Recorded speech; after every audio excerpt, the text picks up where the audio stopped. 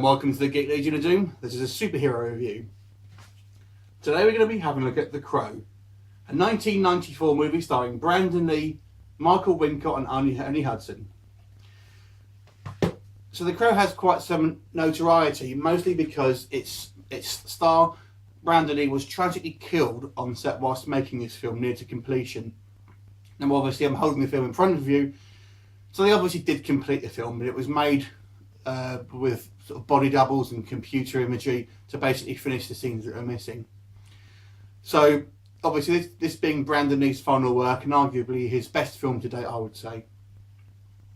The Crow is essentially a story of a murdered musician called Eric Draven who was killed with his fiancée sort of a year or so before the story takes place by a sort of gang of criminal thugs.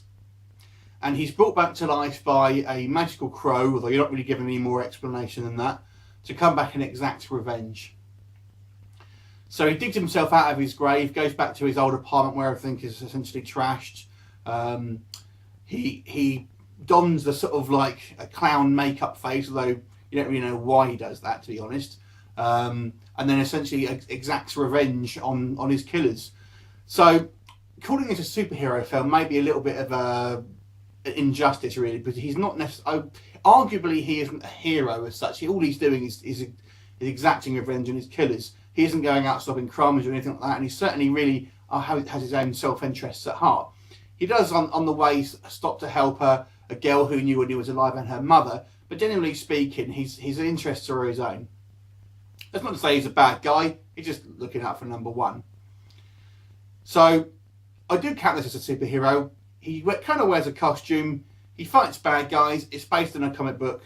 In my eyes, it's close enough to being a superhero. Hence why I'm reviewing it on this show. So he exacts his revenge on his killers one by one, who are all members of this particular gang who have their own sort of characteristics. Instantly, he kills them in the same order that they raped his girlfriend back before when they killed him. And then they come up until he comes up to the big bad guy. Now, I guess the only issue I have with this film, really, one of two issues, I suppose, is that his character, the Crow, is essentially unkillable, impervious to sort of any type of damage, which to me made the drama kind of go out of it a little bit, because ultimately he can't be hurt, so he's in no danger at any point.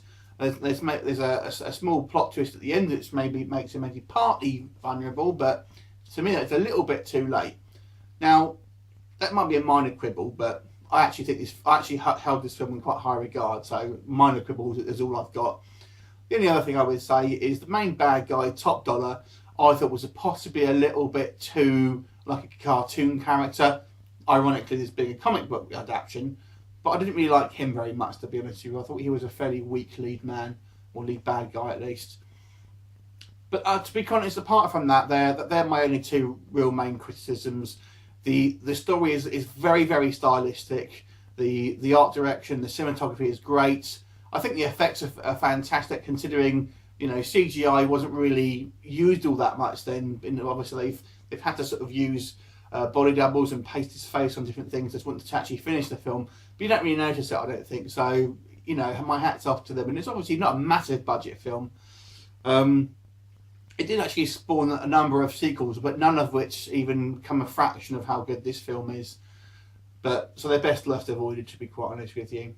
I really like this, so I do hold it in high regards. I'd recommend it, but it's maybe one of the more sort of depressing, sort of downbeat heroes. I mean, the city looks like Gotham City on a particularly bad night. So if you're a fan of like the Avengers and that kind of thing, this may not be the film for you. But if you like your sort of Dark Knights and that kind of stuff, you may get a kick out of this if you haven't seen it. So I can recommend The Crow. It's an 8 out of 10 for me. Have you seen it? What do you think of Brandon Lee's performance? To me, he didn't do a hell of a lot of films, but the ones he had and I have actually seen, and I think this is his best film, and it's such a shame, obviously, that his career was cut so short. Leave me a comment, and I look forward to seeing you next time on Superhero Review.